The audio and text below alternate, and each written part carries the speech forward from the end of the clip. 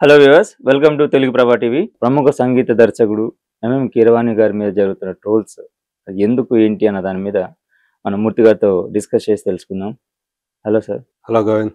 So SSMB 28 సినిమాకి సంబంధించి అందరూ ఆ బిజీలో ఉంటే ఆయన ట్రోల్ చేసేవాళ్ళు కొంతమంది సోషల్ మీడియాలో బాగా బిజీగా ఉన్నారు. అది కూడా రీసెంట్గా చనిపోయిన అందశ్రీ గారి గురించి. సో నేను ఈ క్వశ్చన్ మిమ్మల్ని ఎందుకు అడగాలనుకుంటున్నా అంటే, కొన్ని సంవత్సరాలుగా ఆయనతో మీకు ప్రయాణం ఉండింది, ఓ జర్నీ ఉండింది, ప్రత్యేక అనుబంధం ఉండింది అందశ్రీ గారితో. సో ఎందుకు అందశ్రీ గారి గురించి కీరవాణి గారిని ట్రోల్ చేయడం ఇప్పుడు ఈ సందర్భంలో, అది కూడా సో మీరు చెప్తే చాలా మందికి తెలుస్తుందని మిమ్మల్ని ఆ టాపిక్ అడగాలనుకున్నాను. అసలు ఏం జరుగుతుంది? ఫస్ట్ ఆఫ్ ఆల్ అందశ్రీ గారు చనిపోయారు అనే ఏదైతే చెప్తున్నారో దాన్ని నా మనసు ఎప్పటికీ అంగీకరించట్లేదనే చెప్పాలి. అంటే ఒక ఎమోషన్ లోపల నుంచి తన్నుకొస్తుంది ఆయన పేరు తలుచుకుంటే. నాకు నేను అంటే ఒక ప్రముఖ డైలీ పేపర్లో పనిచేసేటప్పటి నుంచి ఆయనతో నాకు పరిచయం ఉంది. కానీ ఈ ఎన్నికలకు ముందే, ఏదైతే గత తెలంగాణ రాష్ట్ర ఎన్నికలు జరిగాయో, కాంగ్రెస్ అధికారంలోకి వచ్చేక ముందు మా మధ్య ఆ పరిచయం అనేది కొంచెం సన్నిహితంగా మారిందని చెప్పాలి. ఆయన అప్పుడే చాలా కాన్ఫిడెంట్గా ఈసారి అధికార మార్పిడి జరగబోతోంది మూర్తి గారు, యజ్ఞమూర్తి గారు అని అంటాడు ఆయన నన్ను. నేను కవి గారు లేకపోతే గురువు గారు, ఇట్లా నా సంబోధన ఆయనతో ఉంటుంది. గురువు గారు అంటే ఆయన ఒప్పుకునేవాడు కాదు. అంటే ఆయన నా పేరును ప్రత్యేకంగా ప్రస్తావించి కొత్త ఇదిగా మాట్లాడేవాళ్ళు అనమాట. సో ఆయనతో ఇంటర్వ్యూలు చేశాను, వీడియో ఇంటర్వ్యూలు చేశాను. ప్రసాద్ ల్యాబ్లో గంటల తరబడి ల్యాన్లో కూర్చొని, ఎదురుగా ప్రసాద్ ల్యాబ్లో ల్యాన్ ఉంటుంది, ఆ ల్యాన్లో పచ్చగడ్డి మీద కూర్చొని గంటల తరబడి సంభాషించుకున్నటువంటి సందర్భాలు ఉన్నాయి. చిన్న వయసులోనే ఆయన నిజంగా చెప్పాలంటే, అంటే వయసుకు మించి పెద్దవాడిగా ఆయన కనిపిస్తాడు. అంటే ఒక బడిలోకి వెళ్ళి చదువుకోనటువంటి ఒక వ్యక్తి అంత గొప్పగా అప్పటికప్పుడు ఎలా కవిత్వం చెప్పగలుగుతాడు? ఎప్పుడో ఆసుకవులు ఉండేవాళ్ళు, అంటే రాయకుండానే, ముందుగా అనుకోకుండానే అప్పుడు ఏదైనా ఒక టాపిక్ ఇస్తే వాళ్ళు ఏదైనా స్పందిస్తే దేని మీద అయినా సరే వెంటనే చెప్పేస్తారు. ఉన్నారు మనకి ఆసుకవులు, ఎప్పటికీ ఉన్నారు. గొరటి వెంకన్న కూడా ఆసుకవే. కానీ వాళ్ళు చదువుకున్న వాళ్ళు, చదువుకోకుండా ఫార్మల్ ఎడ్యుకేషన్ అనేది లేకుండా, కనీస ప్రాథమిక విద్య కూడా ఆయన పూర్తి చేయాలి, బడికి వెళ్ళలేదు అసలు. అలాంటి వ్యక్తి ఎలా చెప్పగలుగుతున్నాడు ఇట్లాంటి కవిత్వం? ఆయన ప్రకృతి కవి అంటారు, నది కవి అంటారు. అంటే ఆయనకి నదులు అంటే విపరీతమైనటువంటి ప్రేమ, ప్రాణం అనాలి. అందుకని ఆయన ప్రపంచయానం చేశాడు. ప్రపంచంలో ఉన్నటువంటి నదులు, సముద్రాలన్నీ తిరిగాడు ఆయన.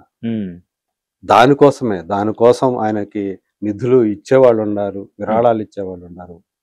సో అలా ఆయన లోక సంచారి, నిజంగా చెప్పాలంటే అసలైన లోక సంచారి ఆయనే, అందశ్రీ. సో ఎన్నో దేశాలు తిరిగాడు ఆయన. అక్కడ ఉండేటువంటి నదులకు వెళ్ళాడు, సముద్రాలకు వెళ్ళాడు. ఆయనకి అవి చూస్తే ఆయన పరవశించిపోతాడు. అన్ఎడ్యుకేటెడ్ సైంటిస్ట్ అనొచ్చు లెక్కన. అలాంటి గొప్ప కవి ఆయన.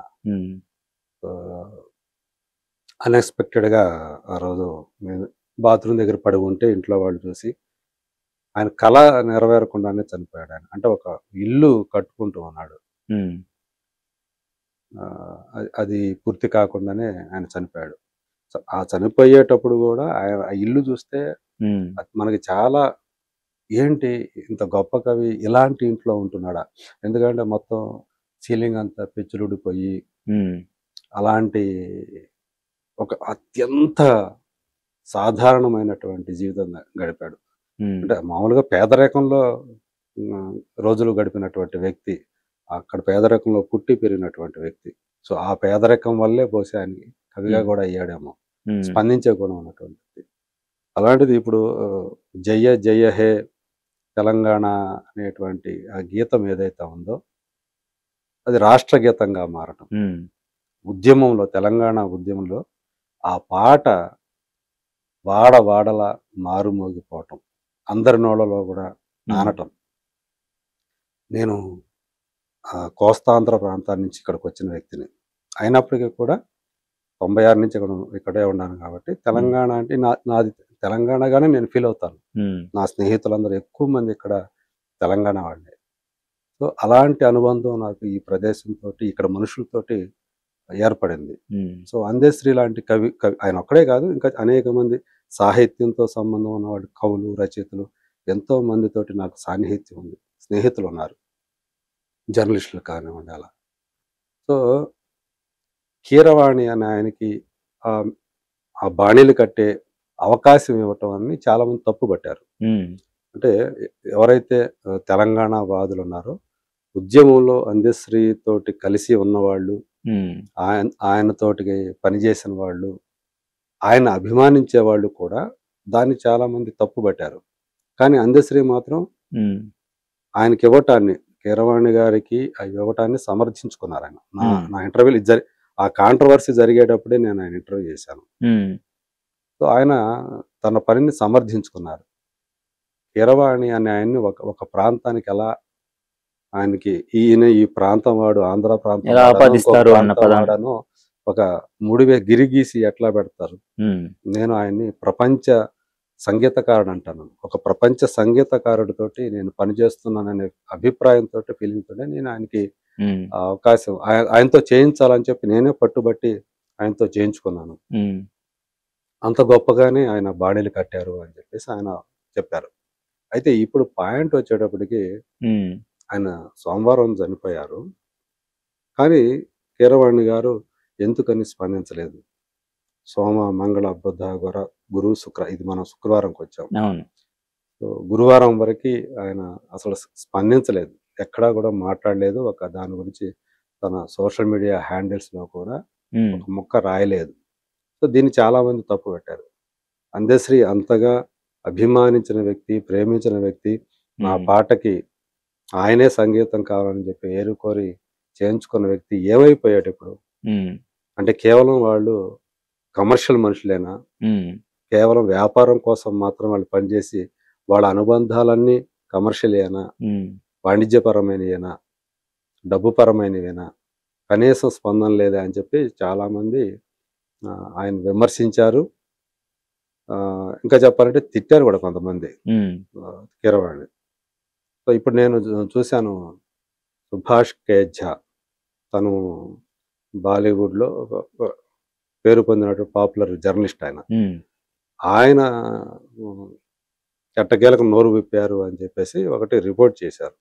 అందులో కొన్ని విషయాలు ఆయన కూడా పంచుకున్నారనే విషయాన్ని చెప్పారు. బహుశా అది ఆయనతో పర్సనల్ గా మాట్లాడారా, ఎక్కడ కూడా బయట ఇంకెక్కడ కనిపించలేదు. ఆ ఒక్క న్యూస్ లోనే, ఆయన రాసిన న్యూస్ లోనే నాకు కనిపించింది. ఆయన గురించి చాలా గొప్పగా అందశ్రీ గురించి మాట్లాడారు ఆయన. అంటే యతి అని కవిత్వంలో యతిప్రాసలతోటి ఉండేది ఏదైతే ఉంటో, ఆ యతిప్రాసలో ఉన్నది రిథం ఉంటుంది, పాడుకోవడానికి అనువుగా ఉంటుంది. ఆయన చదువుకోకపోయినా ఆ యతిని పట్టుకున్నారు. ఏదైతే వ్యాకరణంలో ఉంటుందో ఒక అంశం, ఆ యతి అనే దాన్ని ఆయన ప్రాక్టీస్ చేశారు, పట్టుకున్నారు. కాబట్టి ఆయన కవిత్వం అంత ఇదిగా ఉంటుంది. నేను అంటే ఆ తెలంగాణ గీతానికి స్వరం బాణీలు కట్టడం అనేది నాకు లభించిన అదృష్టంగా భావిస్తున్నాను అని అంటూ ఇంకొక మాట కూడా చెప్పారు. అది నాకు బాగా నచ్చింది. అది ఆయన ఏదైతే కవిత్వం రాశారో, ఆయన ఒక కావ్యం అనుకుంటే, అంటే ఇప్పుడు ఆయన రవీంద్రనాథ ఠాగూర్ గీతాంజలిని, అవన్నీ కూడా కలెక్షన్ ఆఫ్ పోయమ్స్, అంటే ఒక కవితల యొక్క సంకలనం అది గీతాంజలి అనేది. అది ఒక కావ్యం లాగా ఉండదు, దేనికి దానికి విడివిడి కవిత్వమే అది. ఒక్కొక్క శీర్షికతోటి ఒక కవిత ఉంటుంది, అవన్నీ కలిపితే గీతాంజలి అది. సో అలా ఈయన రాసిన కవిత్వాన్ని అంతా కూడా ఒక కావ్యం కింద తీసుకొని దానికి నేను బాణీలు కట్టి నేను సమర్పించాలనుకుంటున్నాను, ప్రపంచానికి ఇవ్వాలనుకుంటున్నాను అని ఇప్పుడు కీరవాణి గారు చెప్పినట్టుగా ఆయన రాసుకొచ్చారు. అది నాకు బాగా నచ్చినటువంటి విషయం. ఎందుకంటే అందశ్రీ గారి తెలంగాణ గీతం మాత్రమే ఇప్పుడు ప్రపంచానికి తెలిసింది అది.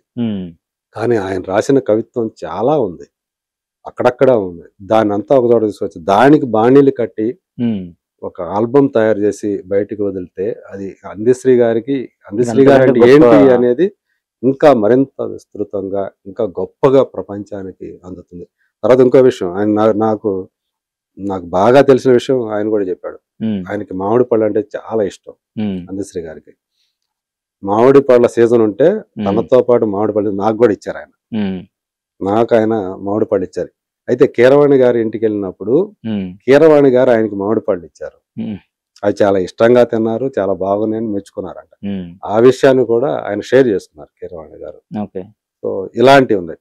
నాకు ఆ రోజు ఇంటర్వ్యూ ఇచ్చిన రోజే మేము చెప్పాలంటే జూబ్లీహిల్స్ చెక్ పోస్ట్ యువతల ఒక బాగా పేరు మోసినటువంటి రెస్టారెంట్ ఉంది. అంటే వెయిటింగ్ లో ఉండాలి. మనం మధ్యాహ్నం కనుక లంచ్కి వెళ్తే వెయిటింగ్ లో ఉండాలి.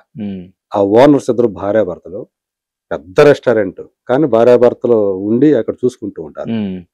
ఈయనకి అక్కడ వాళ్ళు ఇచ్చినటువంటి ఈయన రావటంతో వాళ్ళు చాలా ఆప్యాయంగా వచ్చి నాతో మాట్లాడి పైన ఇక్కడ కాదు ఇక్కడ బిజీ ఉంది పైన వెళ్ళండి అని చెప్పేసి వాళ్ళే చెప్పి వాళ్ళు పంపించడం. వాళ్ళతో పాటు నేను కూడా అక్కడ మీ ఇద్దరం కలిసి అక్కడ వెళ్ళి భోజనం చేసాం అనమాట. సో ఈ మెమరీస్ అన్ని కూడా నాకు ఉన్నాయి. అంటే మనుషులు కూడా ఎదుటి వాళ్ళు కూడా ఆయనకి ఇచ్చేటువంటి రెస్పెక్ట్ ఎలా ఉంటుంది, సో అది కూడా నేను ప్రత్యక్షంగా చూశాను. అంటే ఆయనలో ఒక ప్రేమికుడు ఉన్నాడు, అంతే ఆవేశపరుడు ఉన్నాడు. ఆయనకి ఆవేశం వచ్చిందంటే తట్టుకోలేము మనం. తనని విమర్శించే వాళ్ళు ఎవరైతే ఉన్నారో వాళ్ళ మీద నా ఇంటర్వ్యూలో ఆయన విరుచుకుపడ్డాడు. మామూలుగా విరుచుకుపడ్డా. ఎవరి మీద అయితే విరుచుకుపడ్డాడో ఆ తర్వాత ఆ సదరు వ్యక్తి మళ్ళీ నా తర్వాత కలిసి నాతో మళ్ళీ మంచిగానే మాట్లాడాడు ఆయన. అది వేరే విషయం. కానీ అలా ఉంటది. ఆయన ఆవేశం ఆ స్థాయిలో ఉంటుంది అనమాట. అంటే ఆయన సైద్ధాంతికంగా రాజకీయంగా ఆయనకి కొన్ని అభిప్రాయాలు ఉన్నాయి. అందు గురించే కేసీఆర్ గారితో ఆయన విభేదించాడు, రేవంత్ రెడ్డికి దగ్గర అయ్యాడు. సో దీన్ని విమర్శించే వాళ్ళు తెలంగాణ వాదులు చాలా మంది అందశ్రీని విమర్శిస్తూ ఉంటారు. సో ఏదేమైనప్పుడు ఆయన ఎందుకు ఆయనకి కేసీఆర్ గారికి అంత దూరం అయిపోయారు అంటే, సో ఆయన ఈ 10 సంవత్సరాల కాలం ఆయన అనుభవించిన వేదన ఒక కవిగా, అంటే తెలంగాణ ఉద్యమంలో ఒక ప్రముఖ పాత్ర వహించినటువంటి ఒక వ్యక్తికి కొంతమందికి కేసీఆర్ గారు దగ్గరకు చేర్చుకున్నారు, వాళ్ళకి పదవులు ఇచ్చారు. కానీ అందశ్రీ అనే ఆయన్ని దూరం ఎందుకు పెట్టారు? ఇది కొన్ని ప్రశ్నలు ఉంటాయి. ఎవరి కారణాలు రకరకాలుగా చెప్తారు దీనికి. సో కొంతమంది అందలం ఎక్కారు, నాకు తెలిసిన వాళ్ళే, నా స్నేహితులు అనుకున్న వాళ్ళే అందలం ఎక్కిన వాళ్ళు ఉన్నారు. కొంతమంది ఎందుకనో ఆయన పట్టించుకోలేదు. సో మనకు తెలుసు కోదండరామ్ గారి విషయం. ఒకప్పుడు తెలంగాణ ఉద్యమంలో తన పక్కన కూర్చోబెట్టుకొని చాలా గొప్పగా కోదండరామ్ గారిని గురించి మాట్లాడినటువంటి కేసీఆర్ గారు తర్వాత ఎందుకని ఆయన దూరం పెట్టారు? కొన్ని క్వశ్చన్ మార్కులు ఉంటాయి. సో అలాగే అందశ్రీ గారిని కూడా ఆయన పక్కన పెట్టేశారు. దాని కారణాలు రకరకాలుగా ఉండొచ్చు. కొన్ని నాతో పంచుకున్నారు కానీ అవి చెప్పుకోగలరు. సో వ్యక్తిగా చూసినప్పుడు అంటే అరమరికలు ఏముండవు ఆయనకి. అన్ని మొత్తం ఓపెన్ గా చెప్పేస్తారు, కొండ బద్దలు కొట్టినట్టు మాట్లాడేస్తారు. సో నిజానికి అలాంటి వ్యక్తి చాలా కాలం జీవించాలి. ఇంత త్వరగా భౌతికంగా వెళ్ళిపోయాడంటే అది నా మనసు ఎందుకోనో తీసుకోలేకపోయింది, ఇప్పటికీ తీసుకోలేకపోతుందనే చెప్పాలి. సో ఏదైనా ఆయనకి నిజంగా చెప్పాలంటే ఒక అశ్రు నివాళి అంటాం కదా, అలాంటిది నేను కూడా చెప్పాలనుకుంటున్నా ఈ సందర్భంగా. బట్ ఏదైతే కీరవాణి గారికి సంబంధించి ఉందో ఆయన ఇప్పుడు 4 రోజుల తర్వాత ఇప్పుడు స్పందించాడు అని చెప్పేసి వస్తూ ఉంది. ఆయన కారణాలు ఆయనకుంటే ఆయన కూడా ఒకవేళ అలాంటి ఒక భావోద్వేగంతో ఉన్నారేమో, అందుకనే రాలేకపోయారేమో, ఆయన దగ్గరికి వెళ్ళలేకపోయారేమో, ఏమో కారణాలు. ఆయన మరి అంత తీరిక లేని పనుల్లో ఉన్నారు, అసలు ఇక్కడ ఉన్నారా లేదా, ఇలాంటి ఎన్నో ఇక్కడ ఆస్పెక్ట్స్ ఉన్నాయి. కొంతమంది అయితే దాన్ని విమర్శిస్తూ ఉన్నారు. అలాంటి తనతోటి కలిసి పనిచేసిన వ్యక్తి, ఒక మంచి అవకాశం ఇచ్చిన వ్యక్తిని ఎందుకని కనీసం తలుచుకోలేదు అని చెప్పేసి ఏదైతే అంటున్నారో అది మనం ఎవరో చెప్పలేదు. అది వాళ్ళకి మాత్రమే తెలిసింది.